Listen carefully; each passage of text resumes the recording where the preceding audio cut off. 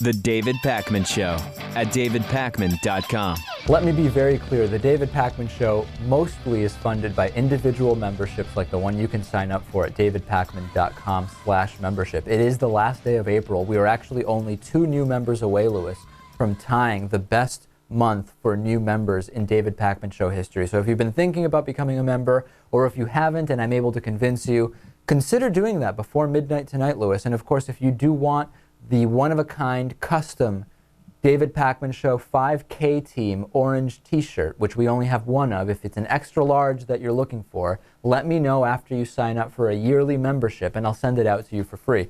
I think that that's a good use of an extra shirt. Yeah, sure, why not? Congratulations to whoever gets that. There you go.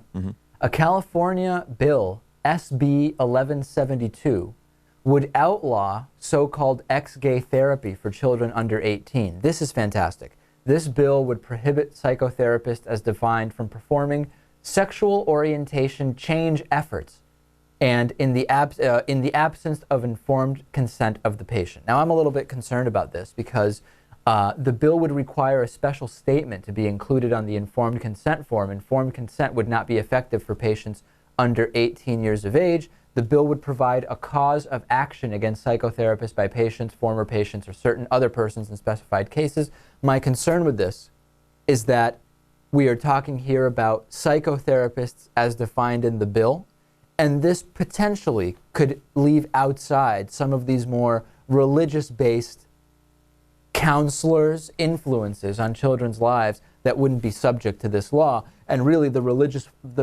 venue is one of the main perpetrators of this ex-gay therapy. Yeah, but how do you legislate that? No, I know that's the problem. Yeah. It's difficult. But I think that this is good no matter what. Yeah, I mean, it's a step in the right direction.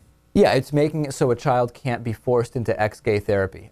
We've seen so many, of course, with John Becker's great undercover video footage of Marcus Bachman's anti-gay reparative therapy clinic in Minnesota, and so many other examples that have come to light. We've seen how bogus and ridiculous the concept of ex-gay therapy is, but there's still many people who believe that this is possible, that it's legitimate. I mean, just last week we were talking about beating the gay out of your children, right?